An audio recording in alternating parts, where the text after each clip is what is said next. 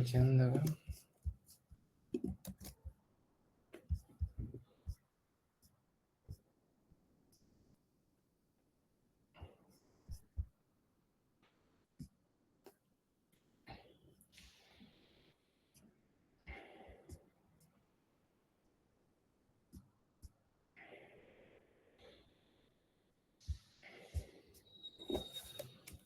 La varianza está muy alta desde un principio.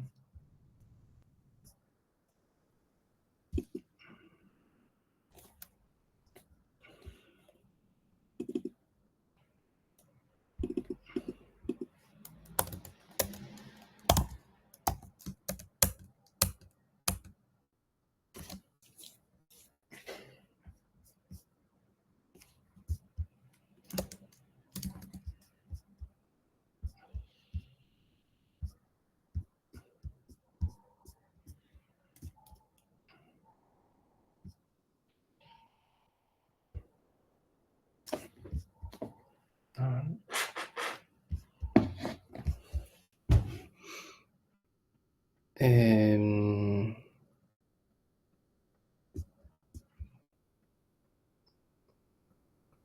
Se va a subir la varianza. Subirse.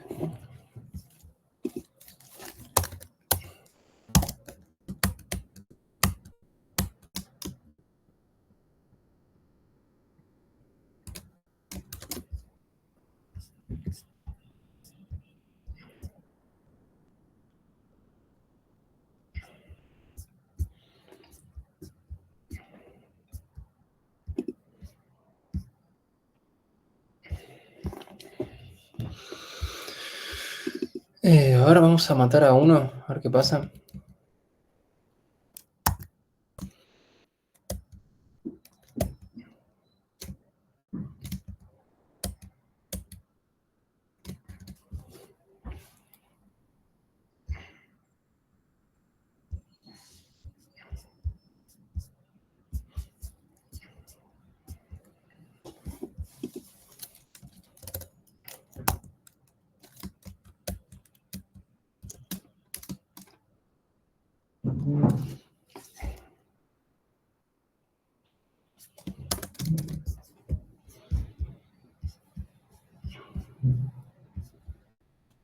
Ujú.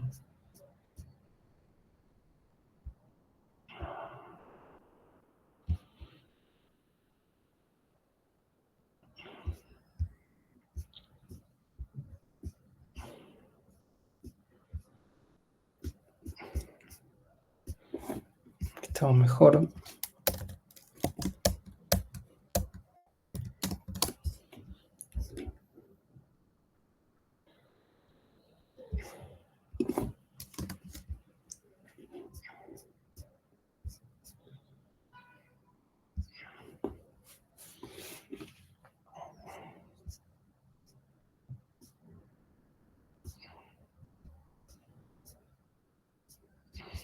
El problema es, no entiendo por qué la suma.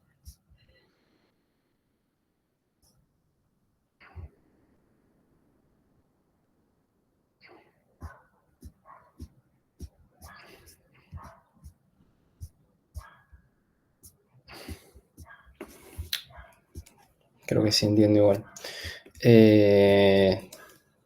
Tenga un poco de paciencia, creo que lo vamos a lograr. A ver.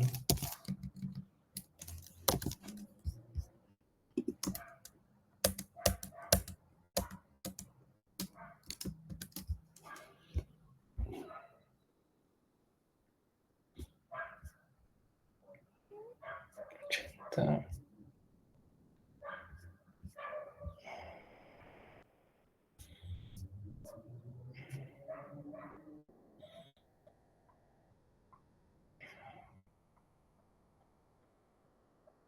No, pero esto vamos a lo así directamente.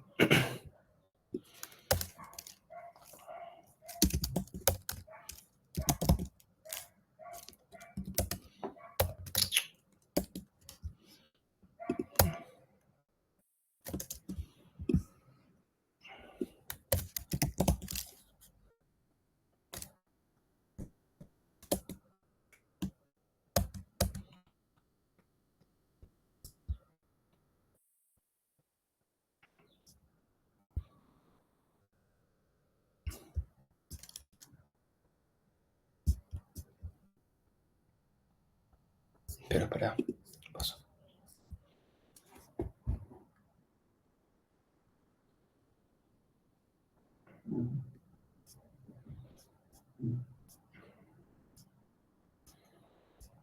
$80.57.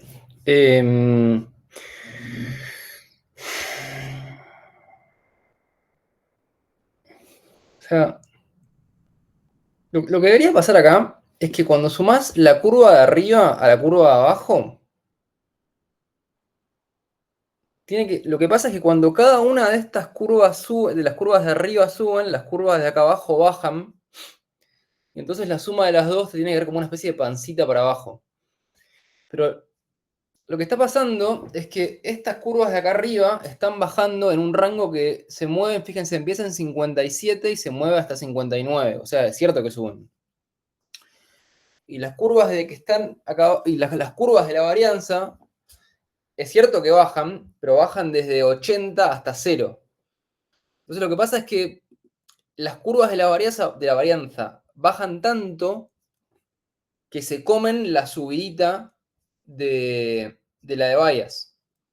Entonces, lo que estoy intentando hacer es ajustar los parámetros para que la curva de varianza baje menos, o sea, para que varíe menos y esté en la misma escala que la otra curva. ¿Me explicó? Ese es mi. Creo que sí. Ese es mi. O sea, eso es lo que yo veo que está pasando y vamos a intentar. Vamos a intentar que se note un poco más. Vamos a ir por el otro extremo.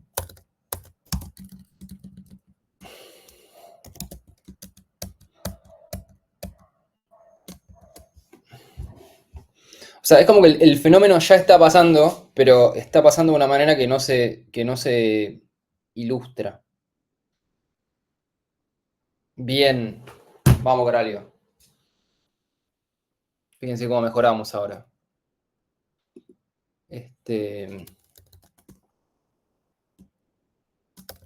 A ver, ruido de 1.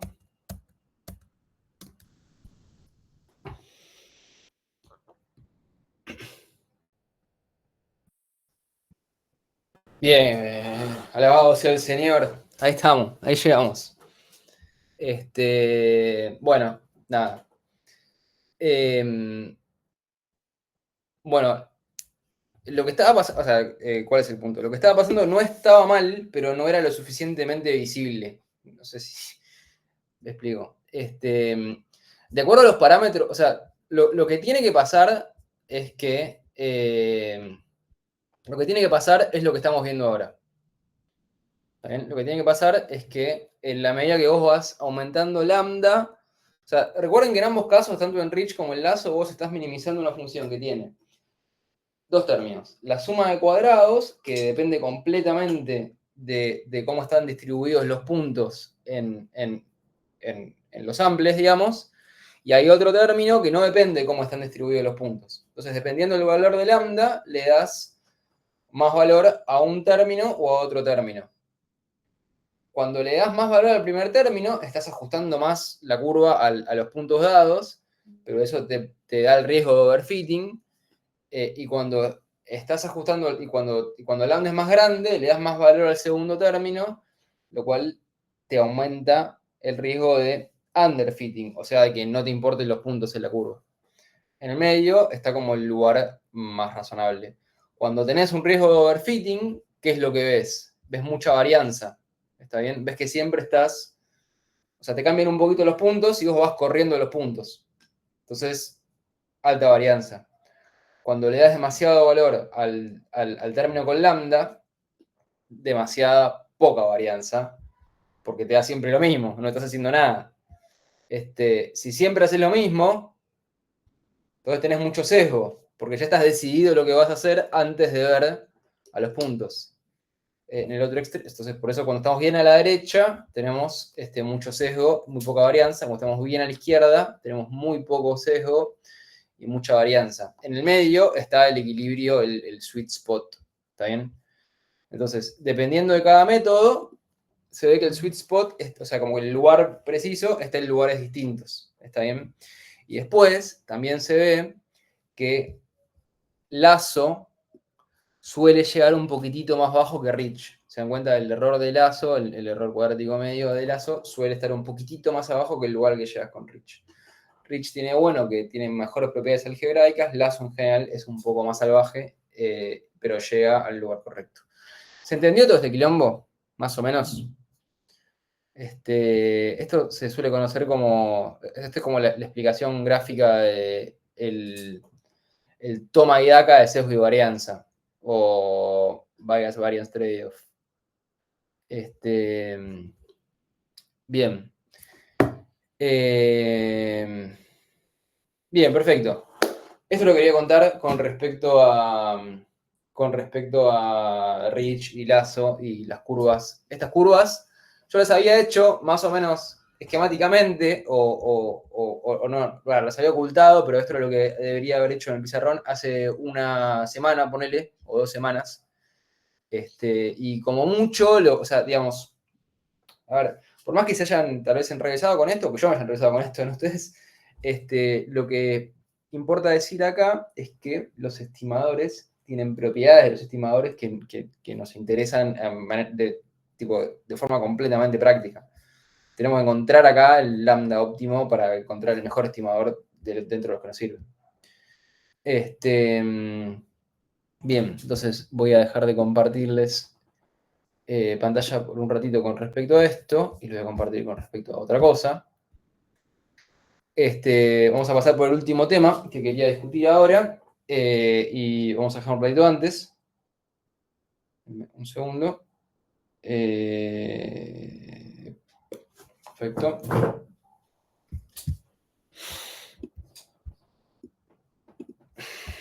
Bien.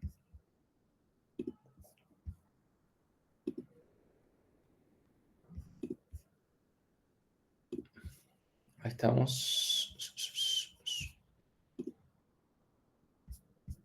Bien.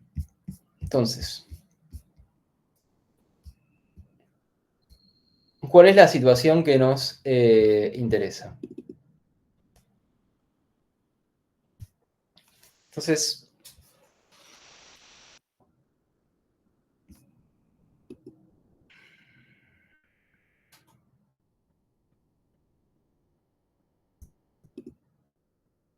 bien. ¿Me llegan a ver así? Sí, sí. Perfecto. Sí. Bien. Entonces, la situación esta está pensada, esto es una presentación está un poco mal que esté compartiendo por acá, así que espero que no se enojen, pero es una charla que no tiene ningún dato privado ni nada por el estilo, es completamente educativa.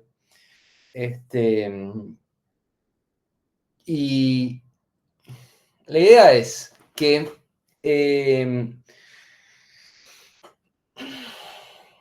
¿se acuerdan que la vez pasada, o una de las veces pasadas, habíamos estado hablando de la situación en la que teníamos una especie de fábrica de zapatos, y nosotros vendíamos una cantidad de zapatos dependiendo del día y dependiendo de la suerte que tuviéramos, pero teníamos data previa, habíamos hecho una especie de, habíamos simulado que teníamos data, no me acuerdo si de 30 o 60 días, de cómo venía nuestro negocio, y habíamos pensado en que, en que desplegábamos una fuerte campaña publicitaria, o en que se iba a desplegar una fuerte campaña publicitaria. Esa campaña publicitaria tenía un costo y era total, ¿no? No había manera de segmentar quién la veía. Habíamos pensado en el ejemplo que teníamos de saco vendedores a la calle con mesitas como promotores para que la gente vaya a nuestra fábrica de zapatos y compre. Si hacías eso, no había ninguna manera de que algunas personas vean la publicidad y otras no, o al menos ninguna persona venía con una etiqueta en la frente que te decía si había visto la publicidad o no. O en todo caso, no había ninguna manera de asegurar que hubiera dos ramas, que la mitad la vieran y que otra mitad no. Entonces, en ese caso, que habíamos hablado antes, la efectividad de la campaña publicitaria solamente se podía medir de acuerdo a si antes de la campaña publicitaria se vendía menos que después de la campaña publicitaria. O sea, si la campaña había subido las ventas. Habíamos hablado de toda una serie de problemas que tenía eso. Pero bueno, más allá de los problemas que puede tener, habíamos pensado en... yo quiero hacer un test para asegurarme de que la campaña tiene efecto. Quiero hacer un test de hipótesis. Habíamos formulado que la hipótesis de base era que la campaña no tenía efecto y habíamos hecho toda una cuenta en Python, en Jupyter. En este caso no vamos a hacer ninguna cuenta en Jupyter, es más como casi de negocio lo que vamos a hablar. Y lo que habíamos visto era que, bueno, uno tiene que amigar una cierta cantidad de cosas, y habíamos hecho unas cuentas al respecto. Uno tiene que amigar una cierta cantidad de cosas que son: ¿cuánto tiempo voy a tener la campaña andando? ¿Cuáles son las probabilidades de los errores? Errores tipo 1 y errores tipo 2. El error de tipo 1, que en general se corresponde con condenar a un inocente, en el caso lo que quería decir era decidir que la campaña tuvo un efecto cuando no lo tuvo, así que nuestro test tiene que detectar un efecto cuando realmente lo hay y no detectarlo si no lo hay, o al menos minimizar esa probabilidad. Pero bueno, uno siempre puede minimizar el error de tipo 1 decidiendo que el test dé falso en todos los casos, ¿no? Si uno dice, mi test te va a dar que no pasó nada nunca, entonces nunca te vas a equivocar. Esto es el equivalente a, en un juicio, si vos decís, el acusado siempre es inocente, entonces nunca vas a condenar a un culpable, porque siempre lo vas a ver como inocente. Hay una medida para darse cuenta de que el juicio esté más o menos bueno, que es, bueno, ¿cuál es la probabilidad de culpar a alguien si realmente es culpable? Eso se conoce como power o sensibilidad, y es el complementario del error de tipo 2, ¿no? El error de tipo 2 es dejar libre a un absolver a un culpable. Bien, entonces, habíamos hecho una cierta cantidad de cuentas que vinculaban el error de tipo 1 y el error de tipo 2 con la duración del test y con el tamaño del efecto esperado, ¿no? Eso lo habíamos hecho para el caso del test que habíamos hablado antes, que le habíamos puesto un nombre, lo llamamos pre-post, y en este caso vamos a hablar de otro tipo de test, que es el llamado A/B test. El test A/B es mejor que el pre-post en varios sentidos. Primero les cuento qué es y después les cuento por qué es mejor, y qué hipótesis tiene. Pero la principal razón por la que... Bueno, ¿en qué consiste? Consiste en que esto se puede hacer mucho con campañas por internet, ¿no? Pero la idea es que las personas que navegan por la página van a ver páginas distintas. La rama A va a ver la página usual y la rama B va a ver la página con el cambio propuesto. No necesariamente la rama A y la rama B tienen que repartirse el tráfico por la mitad. Puede ser que la rama B tenga un 10% del tráfico, por decir algo, eso muchas veces se hace, y que la rama A tenga el 90%. Pero en principio es rama A y rama B. Y la idea es que la rama A sigue como eran las cosas antes de que suceda el cambio, y entonces la rama A es un mucho mejor predictor de lo que se llama el contrafáctico. Después vamos a hablar de esto un poco más cuando hablamos de causalidad. Pero la rama A te va diciendo de manera bastante fiel cómo le habría ido a la rama sin tratamiento si no hubiera sufrido tratamiento. Porque es justamente una rama sin tratamiento. Y la rama B intenta ser como la rama A, pero con el tratamiento nuevo, ¿no? O sea, las dos, tanto la rama A como la rama B, son una especie de una versión posible de resultados, una con tratamiento y otra sin, pero bajo las mismas condiciones de contorno. Entonces, la diferencia y la performance de la rama A y la rama B solamente puede verse, o al menos esa es la idea, al tratamiento, o sea, a la campaña, a lo que cambiamos, a lo que hicimos.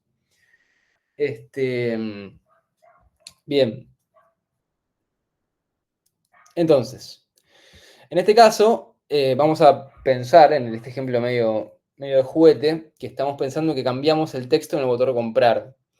Y queremos ver si ese cambio genera que haya más GB. Fíjense que acá chiquitito dice comprar y acá chiquitito dice comprar ahora. ¿En qué va a cambiar eso? Bueno, veremos. Entonces, como les contaba antes, la idea es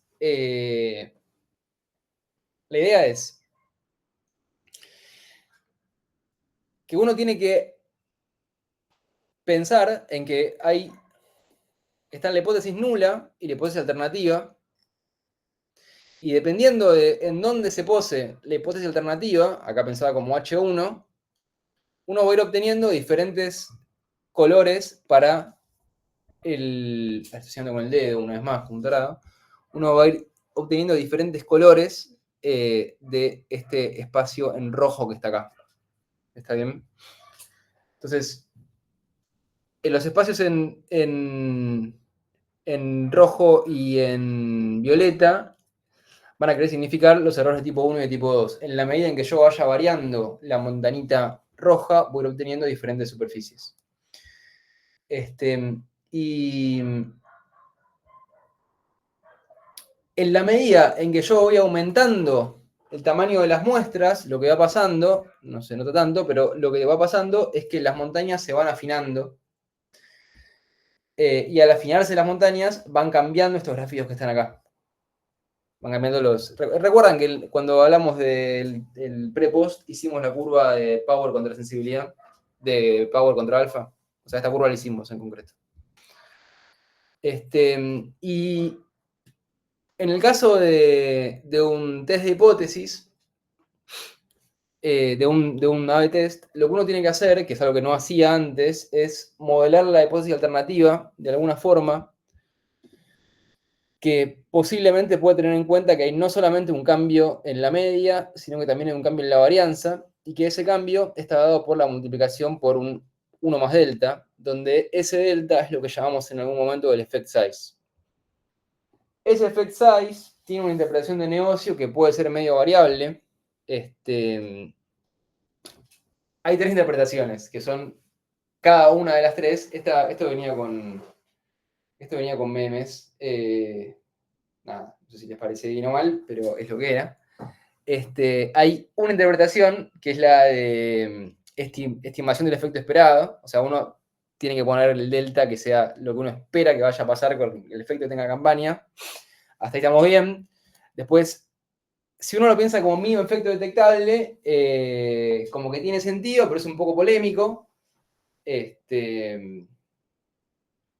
Porque, bueno, mínimo efecto, habría que decir mínimo efecto bajo ciertos errores.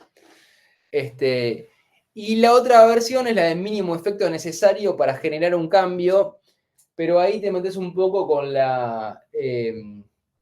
te metes un poco con el voluntarismo que puede haber. Así que estas caras reflejan esa idea. Y lo que les quería contar acá es una pequeña cuentita, que no la vamos a hacer, pero que es parecida a lo que ya hicimos. Acá lo que estamos haciendo es modelar los promedios como suponiendo que hay diferente cantidad de tráfico en la primera y la segunda rama y que hay un efecto, o sea, y cuando uno modela los promedios de esta forma, después la diferencia, resulta que tiene esta distribución. Finalmente lo que uno quiere ver es, bueno, finalmente uno puede ir pidiendo condiciones para los errores de tipo 1 y de tipo 2 y obtener esta estimación que tengo acá abajo de cuál es el tiempo o sea, la duración del test deseado. O sea, esta cuenta que está acá, si bien puede parecer un poco tirada de los pelos y con seguridad que no la conté en detalle, con la cantidad de cuentas que hicimos igual, les prometo que es del mismo estilo. La esta cuenta es muy poderosa. O sea, no sé si alcanzan a ver como la cantidad de variables que hay metida acá. Esto lo que te está diciendo es que si vos fijás el alfa, que está acá metido en el zeta alfa, y fijás el beta, que está metido acá en el zeta beta, fijás el efecto esperado, que está metido acá en delta y delta cuadrado, y en el delta acá abajo. Y encima de eso fijás lo que se llama el error relativo, ¿no? El error relativo es la proporción entre, acá yo puedo sacar factor, digamos, puedo asociar el mu con el sigma y pensar que uno está mirando sigma dividido mu, o sea, el error relativo. Acá entonces hay 4 cantidades, que son el error relativo, el efecto esperado, el error de tipo 1 y el error de tipo 2. Si uno fija esas 4 cantidades, automáticamente te sale la duración del test.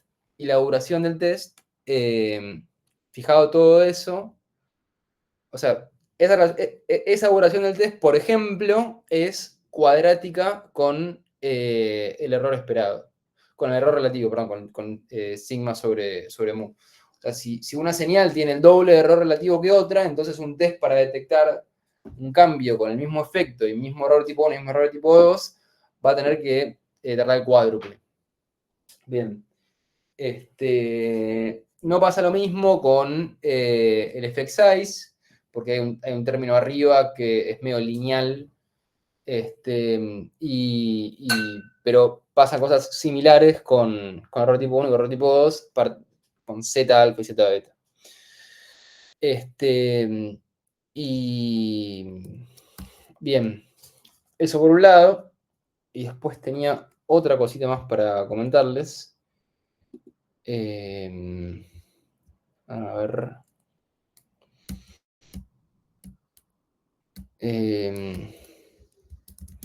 Tengo otras cosas, pero me parece que se van a ir un poquito del scope, digamos. Así que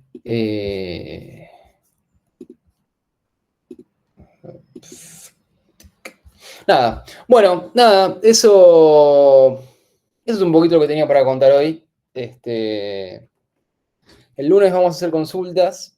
Y el jueves es el parcial. Si les parece bien, nos vemos el lunes.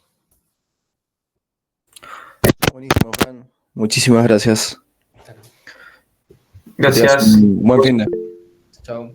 Nos vemos. Perdón la preguntonta, pero la del lunes era virtual, ¿no? Sí, no es nada tonta. La del lunes es virtual, sí, excepcionalmente. Ah, ok. Bueno, menos mal que hiciste la preguntando, porque si no hubiese ido al aula. De una, tal cual, nada, ninguna tontería. Eso, nada, el lunes es virtual. Y es consultas. Ok, perfecto. Bueno, muchas gracias. El lunes. Que tengas un buen fin de, Fran. Igualmente, che, Ah, nos vemos. y para Ida y Julie también, que los vi conectados ahí. Muchas gracias. Buen fin de a todos. Recuerden, la clase del lunes la vamos a hacer de 4 a 6, ¿no? Ya habíamos avisado igual, pero recordamos. Quedan poquitos. Ok, perfecto. Bueno, muchas gracias. Buen fin de. Igualmente. Gracias, igualmente. Oscar. Sí, en el parcial se podía utilizar solamente lo que había en el campus, ¿no? Respecto a los notebooks y eso.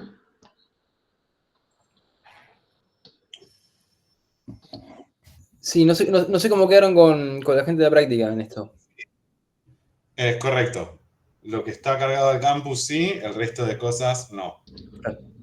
Perfecto, eso nomás. A Gracias. lo mejor digo, ahora SciPy para chequear la documentación de alguna función, eso ok. Buscar en Google, abrir ChatGPT, prohibidísimo. Listo. Gracias. Nada.